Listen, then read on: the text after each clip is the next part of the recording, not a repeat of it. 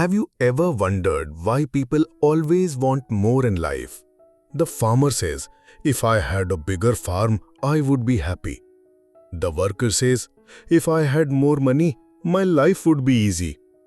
The shopkeeper thinks, if I had a bigger shop, my problems would end. But is happiness really hidden in more and more?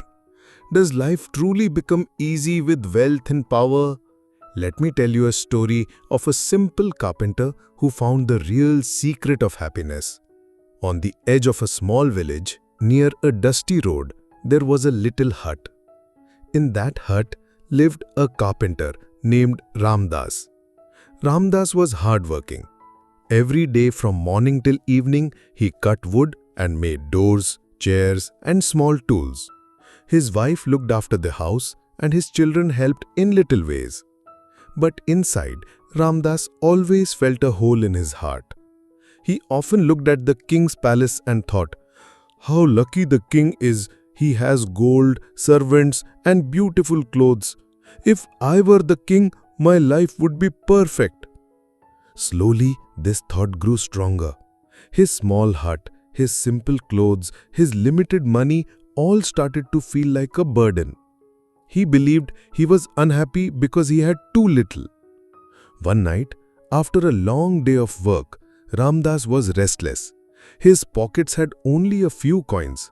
His wife and children slept peacefully, but he kept staring at the roof thinking, if only I were a king, life would not be so hard. At last, he fell asleep, and then he had a strange dream. In his dream, Ramdas was standing in front of a huge palace. Golden walls, marble floors, and tall towers touched the sky. Servants bowed before him. He wore shining clothes and a golden crown. Ramdas was now a king. At first he was full of joy. He thought, now my life is perfect. No more problems, no more pain. He walked in royal gardens, ate rich food, and enjoyed the respect of people. Yes, this was the life he always wanted. But soon, things began to change. Every morning, ministers and soldiers came to his court. There were endless problems, enemies attacking the border, farmers complaining, fights over taxes. Every decision was on his shoulders. At night, when he tried to sleep, fear came into his heart. What if the enemy wins? What if the people turn against me? What if one wrong choice destroys the kingdom? The golden bed was soft, but his eyes were heavy with worry. The palace looked beautiful, but his heart felt trapped. Ramdas realized that a king's life shines from outside, but inside it carries heavy chains of responsibility. He thought to himself, my hut was small, but there I could sleep in peace.